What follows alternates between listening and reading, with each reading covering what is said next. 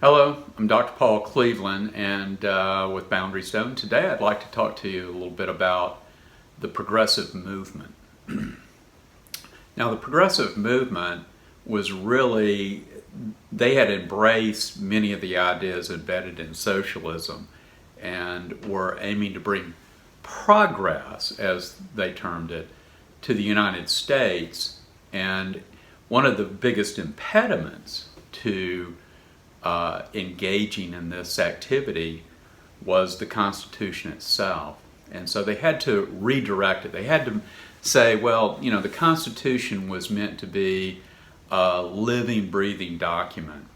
And if that wouldn't work, they couldn't just redefine terms within it, then they needed to substantively change it in order to be able to implement many of their plans. Now, the last strict constructionist in the Democrat Party who would be in the line of Jefferson was Grover Cleveland. And he would not sign many bills into law. In fact, he would veto these bills that were coming out of Congress by progressives, because he said, well, they're basically unconstitutional. And at one point he was asked why he vetoed so many bills. He said, well, look, if the government is to provide for the people, who's to provide for the government? And so his point was quite important, that government cannot be the great provider of anything. It doesn't have the wherewithal. It cannot give anyone anything that it doesn't take from somebody else. It's just the nature of government itself. Well, despite this reality, there was this movement afoot that the progressives were seeking political power, and perhaps the major change in that direction occurred with the election of Woodrow Wilson in 1912. 1912 becomes really a watershed year for the progressives, because with his election and his first year in office, they pushed through two amendments to the U.S. Constitution, the 16th Amendment and the 17th Amendment, and they also created the Federal Reserve. I'm going to talk about the Federal Reserve in a different talk, but let's think about the importance of the 16th and 17th Amendments first. The 16th Amendment made an income tax constitutional. Prior to the 16th Amendment, it would have been unconstitutional for the federal government to levy such a tax. As a matter of fact, this had already been ruled unconstitutional as the Republicans tried to levy such a tax in order to pay for the Civil War. But the Supreme Court said, look, this cannot stand. And it couldn't stand for a reason, because the founders were very much afraid of any kind of tax that could be used arbitrarily to redistribute wealth. Their notion of the justice embedded in a tax was based upon what they conceived to be the benefit principle. That is, a tax was only legitimate if the taxpayer would receive benefits at least equal to the amount of the tax paid, if not greater than. But it would be totally illegitimate to just take someone's property and give it to somebody else. And so their fear that such an income tax could be used in this way, they just wanted to rule that, out of court immediately. And so, but with the 16th Amendment, all of a sudden, it's possible to begin to redistribute wealth. The 17th Amendment was also adopted in this year, 1913, and the 17th Amendment altered the way in which senators are selected for Congress. Prior to the 17th Amendment, state legislatures had some control over what happened in Washington, D.C., because they selected the two senators from their state. So every state government had input into what went on in Washington, D.C. However, with popular elections of senators, the Senate really became no different than the House of Representatives, which was intended to be the branch of Congress where a popular vote would hold sway.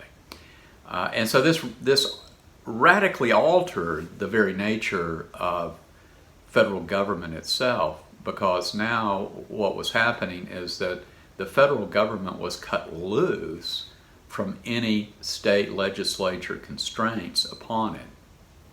And as a matter of fact, in what has happened in time with various reformers is that the federal government has been able to legislate bits and pieces of legislation that have imposed on states that they should do certain things. And so this progressive movement really began to get going in these years of Woodrow Wilson's presidency. Now, if we jump ahead, now at this point there's really no longer any heartfelt basis upon which government should act. Government has, in essence, been cut loose to a degree from its constitutional moorings. And this really gets going in 1930s with the election of Franklin Roosevelt. Roosevelt comes in a time when, and we'll talk more about why this happens when I discuss the Federal Reserve in the next lecture, but I'll just put it briefly. The Federal Reserve had created easy credit and had created a financial crisis that busted in 1929.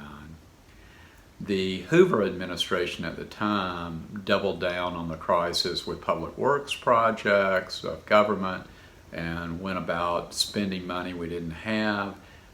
They also engaged in a kind of nationalism with increase in protective tariffs through the Smoot-Hawley Tariff Act, and that set off an international trade war.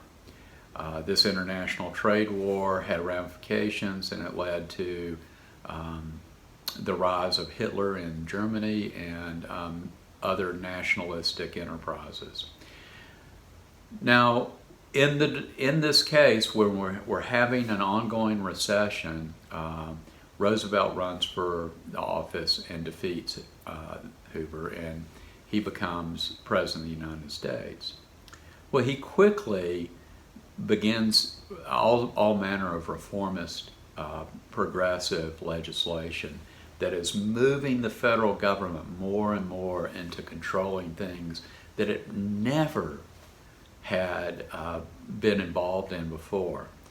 So we had the National Recovery Act, and basically that particular piece of legislation, while many parts of it were held unconstitutional, were efforts to, in a corporatist way, control private enterprise and direct private enterprise according to what the federal government wanted it to do.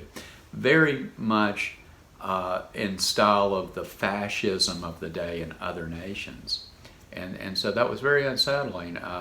That, along with the banking acts and many other particular pieces of legislation, the Agricultural Adjustment Act, and all of these sorts of things where we're creating out of whole cloth new governmental programs, new governmental agencies that are going to meddle in the affairs, the private affairs of individual citizens, are all coming to the fore in a way where it's bringing about socialist ideas and imposing them through legislative decree. And we're still paying the price for that today. In agriculture, we actually pay farmers not to grow stuff, if you can imagine this. And then when we can't figure out a way to pay them not to produce it, if we have price supports, the government buys the stuff up, which is done with dairy products for years.